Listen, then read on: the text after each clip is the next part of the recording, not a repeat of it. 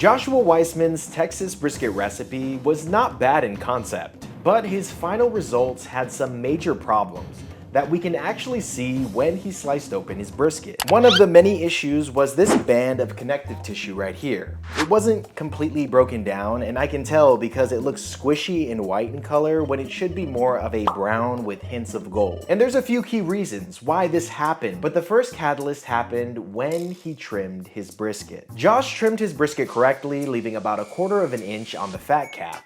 But he made one major mistake. You see this big flap of meat right here? Well, this is called the mohawk, and it's part of the point muscle, or the fatty half of the brisket, and it has some of the best marbling on the entire brisket. Unfortunately, where the mohawk sits on the brisket is problematic.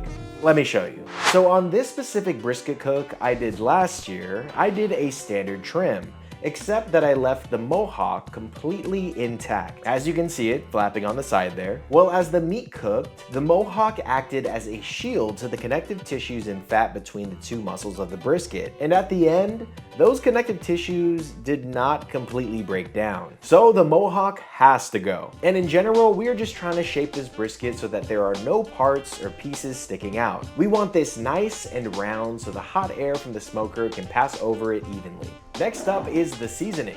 And to stay true to Josh's recipe, I will use the exact same rub he did, which is coarse salt, garlic powder, paprika, mustard powder, and coarse pepper. And as always, measurements and exact ingredients in the description below. Now, I will say that if this was a true Central Texas style brisket like Josh was going for, then he should have added way more coarse pepper. But ultimately, this is a taste and texture preference, so I'll stay true to his recipe and follow it to a T. Another thing that Josh did that I do not agree with is that when he applied his rub, he was massaging it into the meat. Okay, so I know that barbecue seasoning is called rub, but never rub a rub. A pro tip from Pitmaster Harry Sue. By massaging the rub into the brisket, you're gonna form this weird paste, and that will just make the bark at the end of the cook really uneven. Just sprinkle it on, and then pat it in.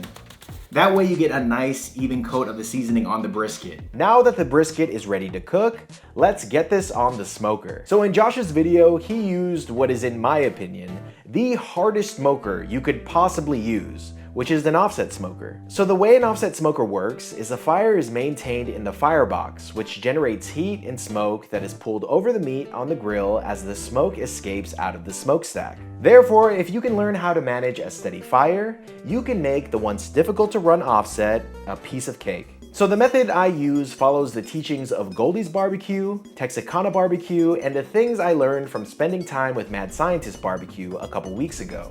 And for those who want a detailed guide, I have a fire management video I'll have linked in the description which shows you exactly why and how I set up my fire. But in short, I start with a big hot coal bed made from burning down a few log splits. Then I place 2 logs that are about 16 inches in length down onto the coals. These are called the base logs. Then I stack 2 more logs on top of the base, and that's the basic structure. I try to keep the top logs about 1 inch or so above the coal bed to allow some air into the fire, but not too much. That way I can keep the fire nice, low, and slow. But whatever method you use, the most important thing to remember is to maintain a steady target temperature as much as possible with no spikes or drops. And in terms of target temperature, Josh recommends cooking the brisket between 225 degrees Fahrenheit and 250 degrees Fahrenheit, which is fine. You can absolutely cook a brisket in that temperature range and still come out with a really amazing brisket. In fact, I've done it before. But Josh makes a massive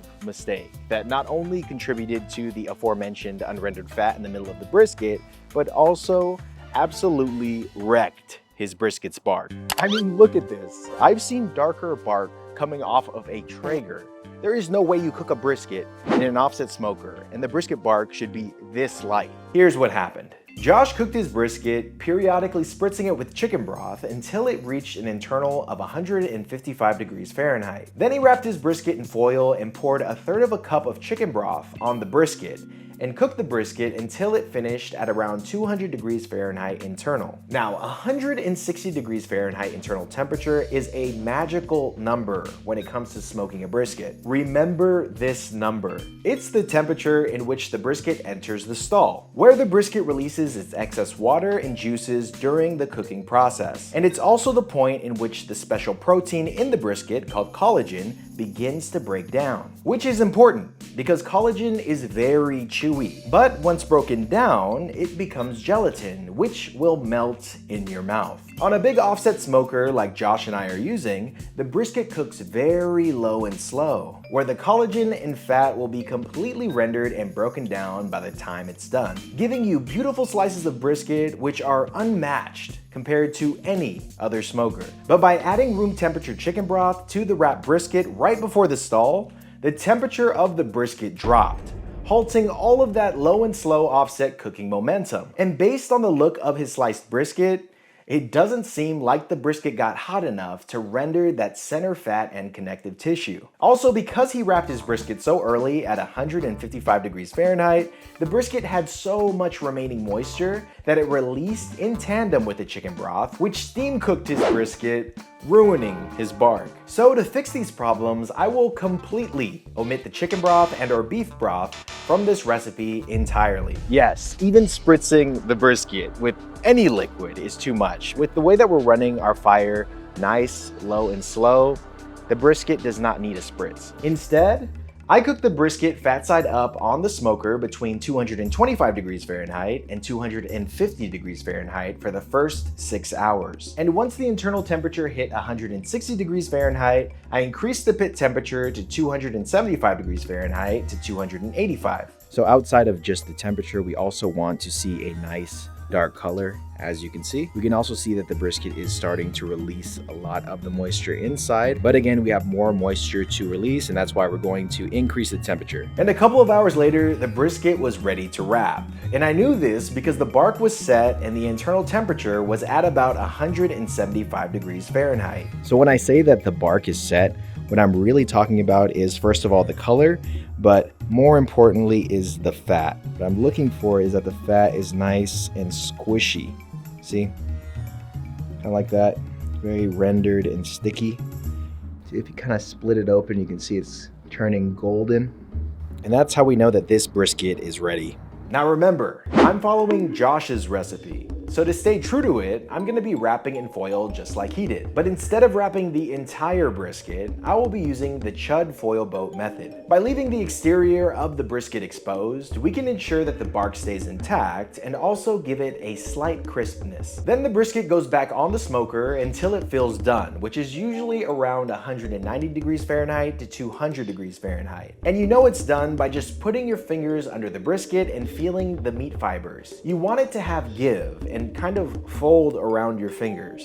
Cover the top of the brisket with some more foil and let the brisket rest for a couple of hours at room temperature until the internal temperature cools down to 145 degrees Fahrenheit. And while we're waiting, it's time to make our barbecue sauce. Now, me personally, I never eat brisket with barbecue sauce, but Josh's recipe had barbecue sauce, so I gotta do it. However, Josh's video did not include his barbecue sauce recipe. But this is Jirfee sauce, named after its creator, Jirfee Barbecue, here on YouTube, and it's my favorite barbecue sauce, and it's super easy to make. Exact ingredients in the description, but just mix together ketchup, apple cider vinegar, brown sugar, espresso, mushroom soy sauce, garlic, and onion powder.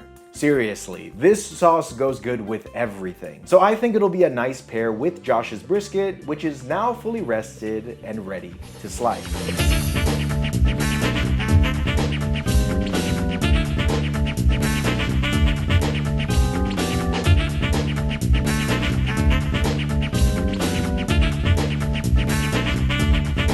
So as you can see, there's nothing wrong with Josh's recipe. It just needed a few tweaks and a better execution. Okay, I'm gonna try this by itself and then also gonna try it with this sauce that I made. And I also have a special surprise because I have my friend Chris, who makes the music for this channel, over as well, so he can give this brisket a try.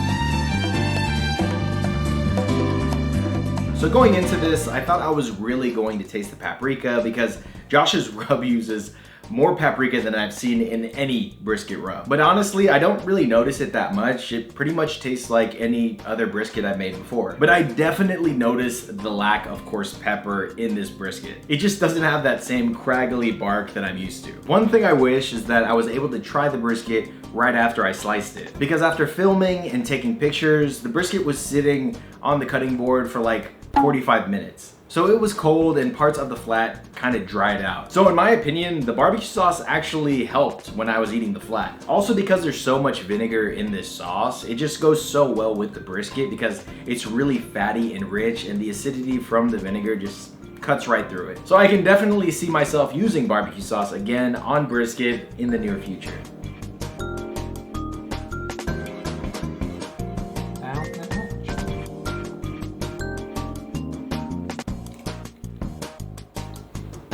Delicious. Right. See you later. Does it taste any different than anything else I've made? Maybe the bark isn't as like crusty as I would have thought. Yeah. It almost has like as I'm looking at it now, it looks like it's gonna be hard, but then when I touch it, it just wiggles with the fat. It seems like sometimes you can taste almost like a sweetness to brisket as well, and I didn't really taste that in this. Yeah. This is more of like pretty like salt, like highlighted versus like any sweetness. So actually your sauce actually complemented it really well because this has got a little bit of sweetness to it as well. So the combination I think was actually pretty good, like a really good mixture of the two. And if you want to master brisket, watch the next video on your screen where I cooked 20 briskets with Mad Scientist Barbecue as he revealed his secret to the perfect brisket. And I'll see you guys over there.